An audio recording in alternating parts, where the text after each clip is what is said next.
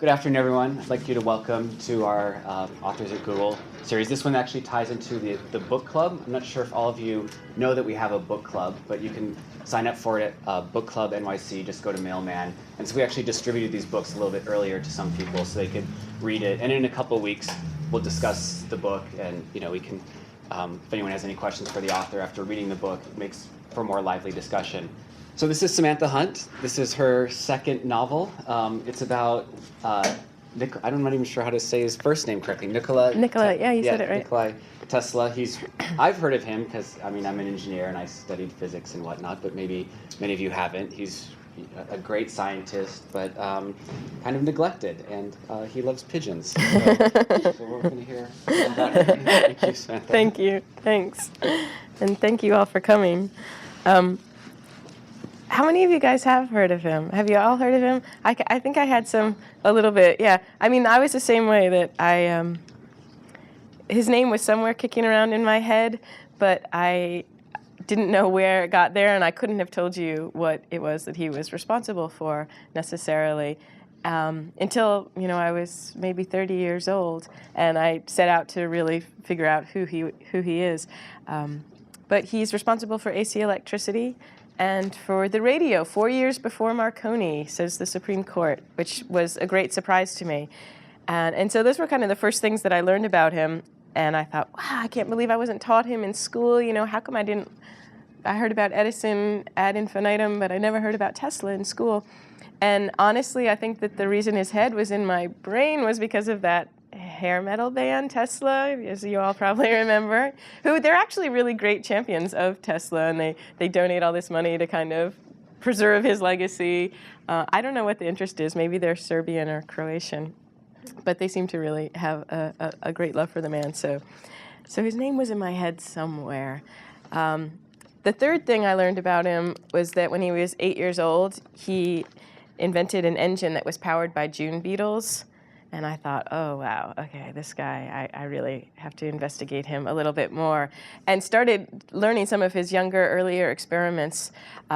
He had plans to make lightning. He thought that if he could make lightning, he could control the weather and, save the farmers from drought. He had plans to photograph thought. He imagined, well, thought is nothing but electrical energy. And we record electrical energy all the time, so why shouldn't we be able to record thought? And kind of just like these really wonderful way out ideas, and had a way of thinking that I'm not sure, I don't see it so much anymore. And that was interesting to me at the time, because I felt like I knew tons of people who were, working on plays or writing novels or painting portraits or what have you. But I didn't really know anyone who was tackling science or engineering in that same sort of way. I didn't really know anyone who was in their basement, like mixing human DNA with a great blue heron's DNA and making art of it in some way. And I thought that was too bad. I don't know, maybe we shouldn't be playing around with DNA, but you know what I mean, that he was kind of a scientist who was an artist at the same time, and that was interesting to me. So I wrote this novel about him. The scene I'm going to read to you today, and then we can talk some more about him and any questions that you guys might have also. But the scene is he was born in Croatia. He's ethnically Serbian, but he was born in Croatia. And when he was in his 20s, he made his way to New York City. And this is very soon after this is actually, we'll detail his trip over here. And when he arrived, he went straight up to Edison's workshop and knocked on his door and got a job somehow that very first day. The stuff about Tesla in the book, though it is a novel, the stuff about Tesla, I didn't want to lie about him. I didn't want to create much fiction about him because he'd already been so forgotten and so badly maligned. In fact, there was one biography that I stumbled across while I was doing my research that I ordered it, when it arrives, and it's printed in bright Kelly green ink, and I turned to chapter 5, which was the Tesla chapter, and the first words are, Nikola Tesla was born on board a spaceship traveling from Venus to Earth in 1856, and I thought, oh my God, this poor man. In one ways that's kind of the highest compliment, to say he's so fantastic he can't even be an Earthling. But on the other hand, it's probably what's kept him from out of the history books. and so that made me feel badly for him. So the stuff about Tesla in the book, really, most of it really sticks pretty close to the facts of his real life. So he's just invented AC in his brain. He got a lot of his inventions just in his brain. Like, where else would he invent it? Sorry. He received a lot of his inventions as visions. He saw visions even since the time he was a child. And he's seen the AC engine functioning perfectly without a hitch as a vision. And he realizes, I just need the money and the materials now and I to go build this. And so he thinks he'll come to America, talk to Edison, and Edison will see the light of his wisdom, which didn't exactly happen. Okay, so here's this scene. With the dregs of my modest furnishings and possessions hawked to fund my American journey, I set out from Gare de l'Ouest, Paris. Case in one hand, letter to Thomas Edison, and train ticket in the other hand. Bowler on my head. My thoughts swam. The intricate metal framework of the train station was trying to give me one last lesson. I could barely hear it. What? I asked. Faites attention, the grillwork exhaled, and so I stopped still, causing a pile-up in the flow of foot traffic. I was instantly walloped from behind. Excusez-moi, monsieur. As I turned, a boy more than 10 years my junior straightened up, returned my case to the hand from where it had been dislodged. Merci, I whispered and looked. The letter, the train ticket were still in place. No harm done. I turned again, and the boy had disappeared into the crowd. Monsieur and Madame, a conductor called above the heads of the crowd. He called for my train, the train that would carry me to the boat that would carry me across the sea, where I would march directly into the offices of the heroic Mr. Edison, who I like to imagine would kiss me on both cheeks, receiving me as a long-lost son. I saw my train just ahead. They were calling for the last riders to board. I reached for my wallet in my back pocket where I'd safely stored the funds from the sale of all I owned, as well as the ticket for passage above the sailing ship Saturnia. The wallet was gone. The train whistle hollered as if it knew the agony I felt at that moment. The wheels, though stiff and tired, began their slow departure. That's my train to America, I thought. It's leaving. I stood struck dumb. I checked my pockets one last time. No wallet, no ticket. I did find a scrap of paper where I had, days before, sketched a design for a flying machine. The sight of these hopeful lines kicked me into action. I picked up my case and began to sprint alongside the body of the moving locomotive. I had my eye on a door, and by concentration and tremendous speed, I caught it and hurled myself inside, landing against a very surprised elderly Frenchwoman who shoved me off her and spit the word couchant. The word made me smile. When I reached the harbor, I was able to recount every single detail of my original sea ticket. Oh, I should tell you, he has very bad OCD, and he memorized things and obsess on things. I had, of course, lovingly memorized its every feature. The 11-digit number, the berth, even the departure gangway, and the first mate's name. I talked myself on board. After such a panic, my steps were slowed as I circled the deck, walking my way to America.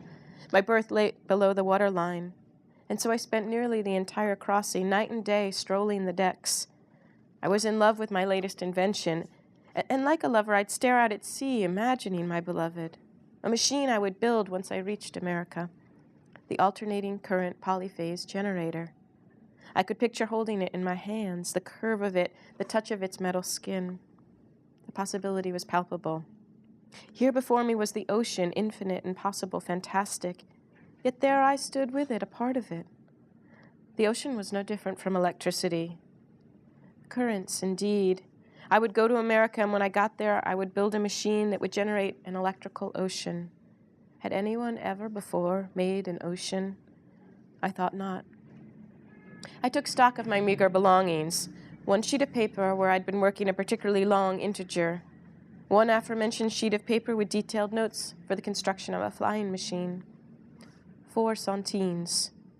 A number of articles I'd written. One letter of introduction from Charles Batchelor to Thomas A. Edison, inventor. Not altogether too much. I had just returned my 4 coins to my inside breast pocket when 2 members of the Saturnia's crews came around the corner. They leaned over the railing, staring down into the sea. One sailor even went so far as to step both feet up onto the first rung of the railing, so that his hips were above the guard, teetering out over the rail's edge, farther than most would care to go. I couldn't hear every word they said, but a few were undeniable, doddering, fat, and then a word I wasn't yet familiar with in English. I moved in closer to listen. I'm certain we can take them. We've got a majority. The sailors, as luck would have it, were planning a mutiny on board my very ship. The mechanics of such an uprising fascinated me. The sailors were gruff sorts, one short, the other tremendous, and no doubt good for taking out at least 6 men. His arms were as thick as my thigh. The scruff of his beard seemed as though it alone could wreak plenty of damage.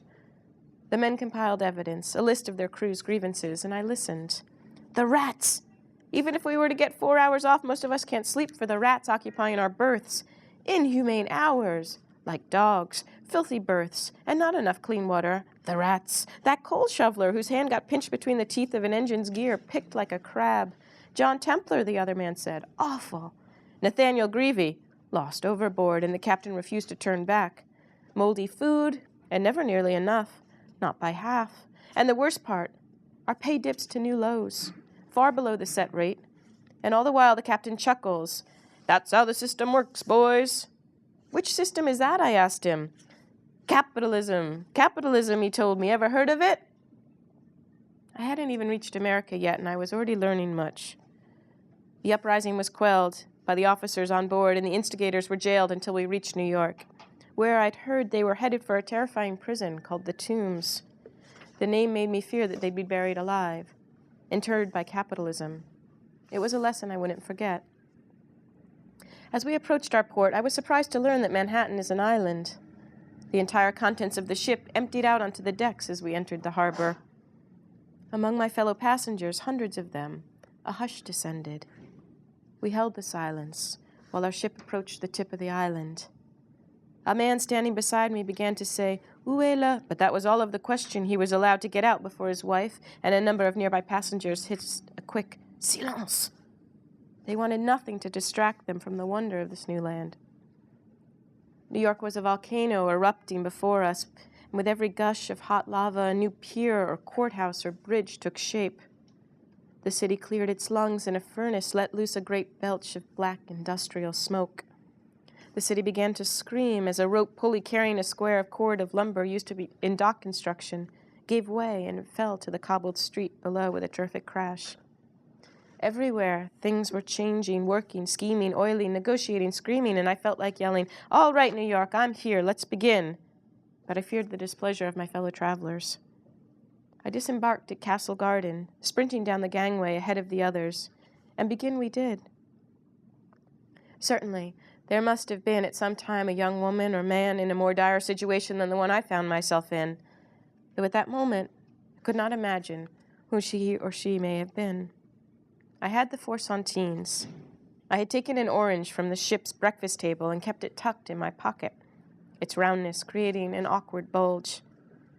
And though my hunger grew, I put myself on strict rations, thinking to save 2/3 of the orange for the day after, and the day after that. But as I walked through the city, I pulled the fruit from my coat a number of times, raising it to my nose. I inhaled deeply, as if perhaps I could derive some nutritional value from its fragrance. The volcanic scents I'd had on board remained. The streets, though rudimentarily cobbled, were packed with people and carts, animals and grime. All the scents of the city, roasting corn, the stinging odors of horse urine, grilled meats, candied nuts, and the starchy scent outside each public house I passed, were terrifically intensified by my empty stomach. At 65 Fifth Avenue, a number of pigeons swooped in and out of view overhead. There was no sign, just a tiny card tucked into the jamb of the doorway. I was scared to look at it. I worried what might happen to someone whose dream had come true. Toss, Ed, was all the card said. The print had blued in the weather, and my heart thumped. It was pounding. I knocked on the door, but there was no answer, and soon my palms were damp with nerves. I raised my hand up to the doorknob. It was not locked, and after a deep breath, I pushed my way inside, sick and expecting in my nervous state to find the laboratory vacated outside of a spool of thin wire rolling across the bare floor. This was not the case. Entering Edison's laboratory was like entering a circus halfway through the grand finale. Everything was in motion. Men dressed in dark suits ran this way and that, tinkering with alkaline storage batteries, casting forms in the metallurgy room, machining tiny screws to be fitted into an advanced phonograph stylus, typing upon a row of royal typewriters, engaging in heated arguments with one another. One such fellow passed right by the tip of my nose, yelling, "All right, who's the rotten dog who finished wiring the fan oscillator and then forgot to turn it on?" A circus indeed. Elephants could have barred and lions roared, and invention would have still soared above it all, the star of the show. In the chaos, my presence was noted. A few foreheads ruffled, but my intrusion caused little stir. The men in the dark suits looked right through me, their heads filled with circuits, cylinders, symbols, which was how I managed to walk directly up to a desk piled landslide high with papers, right up to a man who was simultaneously conducting multiple conversations, at least 2 per ear. Clients and assistants surrounded him. I recognized the man immediately. It was Ed, a handsome man, if a bit dogged. His mouth seemed to be turned down in a permanent scowl. He had graying hair and a very broad forehead that he rubbed again and again. I approached and he pulled away from one conversation, tilting his head so as to give a bit of distance between his eardrum and the river of berating insults that flowed from one very angry man standing to his left. As the recipient of this abuse, Edison seemed immune. He raised his eyebrow to me as if to ask, "What could you possibly want?" I did not answer, but I chose to wait until I had his undivided attention. And wait I would. 5 minutes, 10 minutes, 15. I shifted my footing, and after standing before him for over 20 minutes, witnessing a number of assistants interrupt the stream of several conversations, I realized that undivided attention was not ever going to happen. I stepped up. I began to speak. "I am Nikola Tesla. I have a letter from Charles Batchelor," and with that I presented the letter to him, unfolding it and placing it in his free hand. He read, or at least he pretended to. "I know 2 great men. You are one of them. The other is this young man." Mr. Edison chuckled when he was through, adding the paper to one of the mounds, threatening to topple down to the floor. I continued. "Sir, I've created an invention that I imagine you will have tremendous use for. You see," I said, "it's an engine for the generation of alternating current power that—" "Ha!" was the first thing Edison said, though I was not sure if he was talking to me. "Hold one moment," he said to an assistant before turning his attention my way. "Alternating current, I'm afraid, young man, is of no use to anyone. It doesn't work. It's extremely dangerous, expensive, and impossible." "But, sir," I began, reaching for the letter from Batchelor so as to sketch my ideas on the back of it. Again he interrupted. "Now I need an engineer who can repair the dynamos of a ship that was supposed to set sail last week. Can you do that?" I stood up straight and I nodded my head. "Yes, of course." "Excellent. Get up to Pier 57. Ship's known as the Oregon. And I hope I don't see you again until it's crossing the Azores." He turned to the one screaming man, presumably the captain of the Oregon. "I've got my best man on it," he said, and taking a bite from an overwrought, exploding sandwich, dismissed me and the others with a flick of his corpulent hand. The music began. A song, large and oompa-ish, a marching band, a musical revue, accompanied by the sounds of the street, vendors, politicians, upset mothers snapping at their charges. Their voices were singing to my ears. Once I had repaired these dynamos, the great Edison would have to listen to me. I imagined our exchange still with joyful music, this time in opera. I'd sing, "Dear Mr. Edison, you must consider I've built a device that will change the world. You see, whereas the DC technology you've been backing cannot transport energy farther than 2 miles, the AC engine I have built could send power out to California and back again with no energy loss. It works." "You don't say," he'd sing in a deep baritone. "Let me show you." And we would step over to a work table on the opera stage where I would withdraw my notes and sketches and spread them before him. He'd study my plans for a moment. "Genius," he'd sing with his arms open wide. "Perhaps I might be," I'd admit in harmony, and Act 1 would come to a close. Edison would take my hand, and together we'd bend in deep bows as the audience would jump to their feet, screaming with praise and applause. The curtain would fall, and instead of roses, the audience would shower us with dollar bills, money I would wisely reinvest in building my own laboratory, one as productive as Edison's. He was well impressed with my work. The following day, I caught up with him inside the chemistry room. Table after long table, each one covered with narrow beakers, pipettes, glass tubing, and fat brown glass jugs filled with intriguing concoctions. And though it seemed a small dream, I thought that if I could remain in Mr. Edison's employ, my inventions would have a home. I made him an offer. There's much I could do around here. Your workshop is nearly in shambles. There's horrible leaks in efficiency, and I'm certain I could, with some tuning up, save you a fortune in operating cost. I appealed to his love of money. He scratched the bulb of his chin and glanced skywards. You don't say. I guarantee it, sir. Well, if you could, there'd be $50,000 in it for you.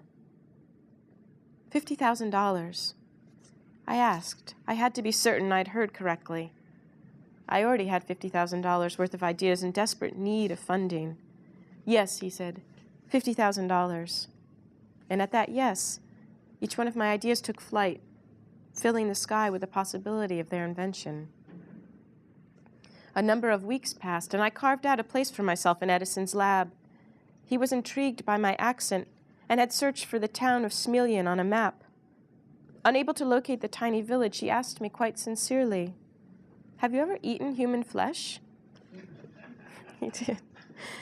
Outside of this question, we'd had little chance to communicate directly, so I was surprised when one day I found him standing beside me. "Do you hear that sound?" I turned. Mr. Edison was uncharacteristically working down with the people he called muckers, his ranks of assistants. "Which sound?" I asked him. And he paused, lifting his ear up towards the ceiling. That! He pointed up, shooting his finger off in different directions at each that. I heard many things. Beside me, two muckers, one an older Hungarian who'd been in Edison's employ for a number of years, the other a young man just recently graduated from college, a fact that had placed him at the butt end of many a snide comment. They were wrenched in a bitter disagreement. "If you had an ounce of sense, you'd have known that aluminum plates are about as effective as peanut butter," screamed one man, while the other, wielding a hammer, dashed to bits a device that now resembled a junk heap, a device it had taken the two men 4 days to build. Though I'd been in the lab only a short while, I already recognized how Edison enjoyed pairing men who despised each other. Repulsion, frustration, disagreement, and anger were, Edison believed, the forge of good ideas. There was coughing, spitting, matches being lit to burn pipes, lunch pails being tossed aside at the sudden burst of a good idea. There was swearing and steam pipes clanging. There was the general din of machinery in motion, and there was the sound of Mr. Edison taking credit for all of it. One young mucker had been charged by Edison to turn a tinfoil phonograph into a machine that could record not only sound, but sight. The task was proving impossible, on par with spinning straw into gold. The poor man's good sense was unraveling. He could be heard issuing shrieks of nonsense from one corner of the workshop. That, Edison said, is the sound of, but his last word was obscured by a terrific crash. I was nervous, surprised to have been taken into his confidence. I prepared myself to learn the great man's secrets. "What?" I yelled over the din. "The sound of capitalism," he answered. "Ever heard of it?" "Yes, indeed I have," I said, recalling the sailors, the ships, the prison where they were sent. "I've heard of it. I'm not certain I agree." "Well, there's nothing wrong with capitalism," he told me, "except that in order to sell something, a person must first own it. And how can a person own these things that we're inventing? How could I own alternating current? That's like owning thunder or lightning, and I can't agree with that." "Men own thunder all the time. That's how America works. And please, I've heard enough about your alternating current. If that's the last time you mention this abomination, it will not be too soon. AC is dangerous, and more importantly," Edison drove his finger once directly into the center of my chest, "my light bulbs don't work on it. And my light bulbs," he reminded me, "are your bread and butter."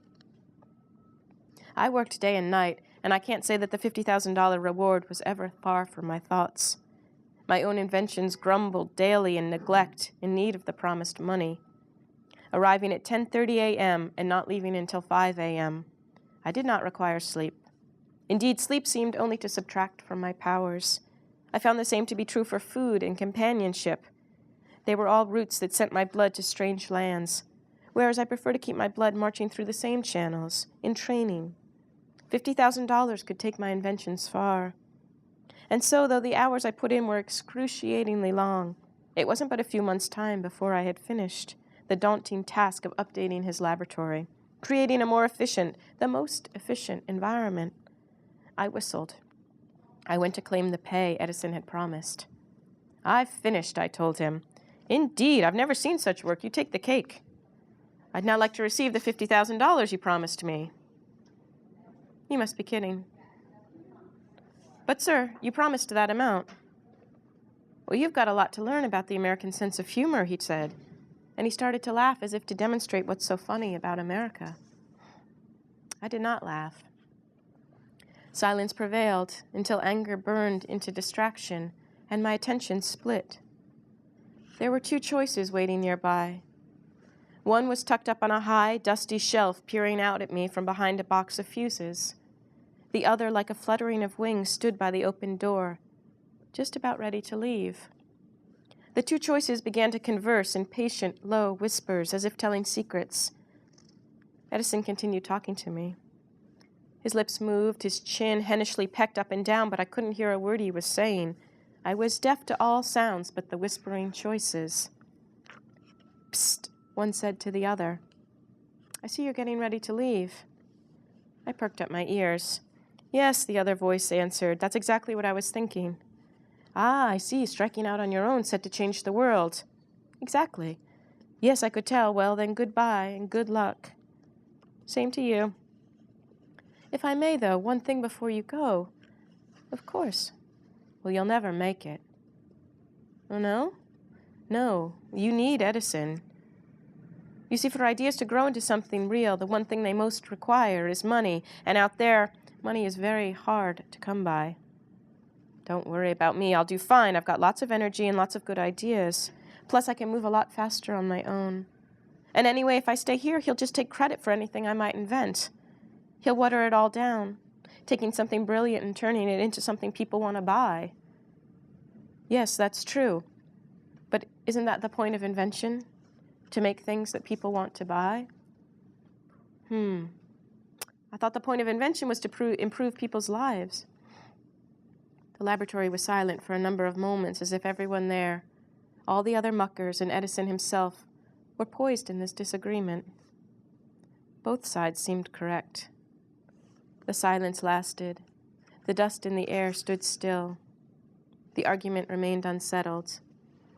I cleared my throat. "Mr. Edison," I said, "I resign." I think I'll stop there. Thanks.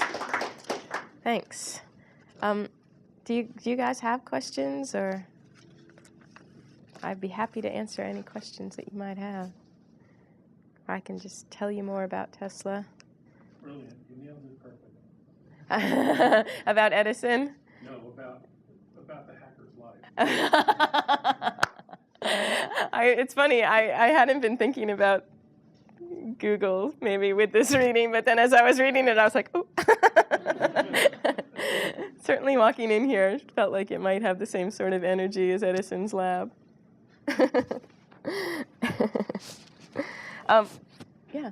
Sorry. No, yeah, go ahead. All the movies that came out last year was Prestige, Yeah. which had David Bowie very memorably in that role. Yeah. Was there any truth to the wall that he was building or was claiming to build in that movie? No, unfortunately, that magical device, the truth in that movie, it's funny because I went to that movie thinking I would hate it because I'd just been doing these years of research and I was like, oh, no, they're going to get it wrong. I know they're going to get it wrong. And certainly they got a lot historically wrong, but I thought it was actually really fun and I thought David Bowie did a great job. But unfortunately, no, that device is not real. The one, those of you who didn't see the movie, it's a device that replicates exactly an object. That there's no truth to that. The truth in that movie, though, is that he did spend a lot of time in Colorado Springs. He rented a pasture there for a year, and that was one of the places where he was trying to make lightning, which he did famously. He had one night this huge bolt of lightning coming out from the top of his laboratory, and and his assistant was inside kind of holding the switch, and Tesla, who was already 6'2", had put cork soles on his shoes to make him safe to walk around, and so he's towering at about 7 foot, and he was a very slender man, a really kind of wonderful looking man. So you can imagine this scene, and all of a sudden the lightning bolt stops and it goes dead. And she comes running into the laboratory, and he starts screaming at his assistant, and he sees that the switch is still engaged, and he's like, uh-oh, and the telephone starts ringing, and it's the Colorado Springs Electrical Company, and he has blacked out the whole entire city of Colorado Springs because he used so much electricity. And there were like the dynamos at the energy company, or the power company, were on fire, and I mean, he kind of wreaked a lot of damage. It's also in Colorado Springs where he was working with a radio, collecting radios, using satellite technology kind of for the first time and collecting radio sounds. I mean, similar to the SETI program that we use now to listen to outer space, he was doing that with radio waves at that time, and had said that he thought he heard Mars talking to us. And it's really unfortunate because the media took that comment and started to kind of slander him, make him seem like the mad scientist that we maybe think of him as now. But interestingly, Lord Kelvin at that same time had come to America and met with Tesla and said, oh yes, I certainly believe we're talking to Mars, of course we are. And I don't know what they were hearing on these radio satellites, but it was kind of too bad that they used that to label Tesla as the mad scientist in some way. But that was all Colorado Springs, yeah. Yeah. You said you're doing a lot of research on him. Did you encounter all the other mad scientists? He's credited with inventing everything that doesn't exist yet. Yeah, that's true. I mean, and there were a lot of kind of wonderful inventions that I wonder, how long will it be until we do try these Tesla technologies? Like, I mean, look at wireless was his idea in 1870. And we're kind of really just now trying to dive into that. I did encounter more than scientists who are no longer with us. I encountered a lot of Tesla fanatics and people who are exploring him nowadays, and looking at the connection between the brain and electricity, and people who are like really into Wilhelm Reich and theories like that. And I mean, a lot of really unusual, strange people are attracted to Tesla, and I met many of them. So that was enjoyable in the research. Do you want to talk a little bit about Morgan? Oh yeah. Oh, so when he came back from Colorado Springs, he thought, I'm gonna build my empire here. And he got a little bit of money from J.P. Morgan, not much, but Morgan said, okay, here's a little bit to work with something. And he purchased a small bit of land out on Long Island, in Shoreham, Long Island, and started building an incredible tower. It was actually, Stanford White was the architect behind it, and this kind of wonderful looking tower that had this copper mushroom top on it, just looked absolutely gorgeous. And this was going to be his world wireless transmission center, and he was going to be wirelessly transmitting information, of course, easily, but also planned to transmit energy wirelessly. Well, Morgan, who at the time is, of course, buying up, Edison's electric company, and he's forming General Electric, more or less. He bought Thomas and Houston, and is trying to get a monopoly on all the power companies in New York, kind of discovers that Tesla is interested in providing free energy to anyone who wants it. And he gets very upset at this idea. It's kind of the most anti-capitalist idea that Tesla really had, was that why do we have to pay for electricity when you can just pull it from the sky? And so Morgan stopped the funding on that quite quickly, and the tower was never completed. At the time, Tesla liked to live in New York City hotel rooms, and did his whole entire life. He never married, he didn't have a family, and he lived famously in hotel rooms. My book is set at the Hotel New Yorker in the later years of his life, but his favorite hotel was the Waldorf Astoria. And even when he didn't have the money, he would still live there. So finally his bills at the Waldorf kind of overwhelmed, and he had to sign the deed to Wardenclyffe, to his tower, over to them, and they tore it down, and I think they got $1,700 for the scrap metal. It's just heartbreaking. It's heartbreaking. And I guess people in the town of Shoreham were starting to get nervous about it too, and they thought that maybe it was housing German spies, and there was all this kind of veiled racism around Tesla that during World War I, and he's Serbian, and so who knows. So it's no longer there. There is the Brick Laboratory, and I guess there's a group of scientists right now who are trying to reclaim it and make some sort of Tesla museum out there, which would be wonderful. I think it's owned by AGFA, the film company right now, of all things. Is there anything else you guys have a question about? Did he have any luck with the wireless transmission of power? Yes, I guess that he did. While he was in Colorado Springs, he was able to. People have been trying to recreate that experiment and have had trouble doing it, but he claims to have had success with it. Yeah, I mean, and you've probably seen some of these great photos of him where in his laboratory, he would do it all the time. Where, he'd turn on a generator and have a light bulb in his hand, just holding a light bulb, and would get them to draw through his body the electricity, and the light bulb would be illuminated just in the palm of his hand. Have you ever seen that? I've seen photos of him. Oh, yeah. Actually seeing a Tesla coil work is Yeah. Oh, I've seen a Tesla coil fire. Yeah, sure. It's a hold this fluorescent light bulb and flip the switch. Yeah. You can see the ends of the light bulb. Yeah. There's nothing on them. Yeah. And they just illuminate. There's a great photo. Mark Twain was one of his good friends, and there's a wonderful photo of Mark Twain holding a light bulb that's illuminated, with no wires attached, and Tesla kind of standing in the shadows right behind him. It's a beautiful, beautiful image. Do you guys have any other questions? Looking if there's any little juicy bits that I want to tell you. I think I've told you most of the things.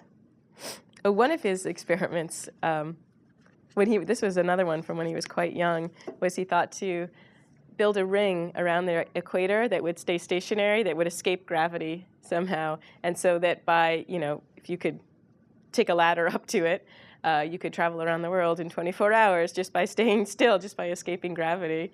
And the beauty of some of his ideas really read like poetry to me in some way. I thought that's so clever. And kind of childlike, this kind of innocence of thought that's so pure and really kind of wonderful and fascinating to me. All right, if you guys don't have any more questions, thank you. Thanks so much.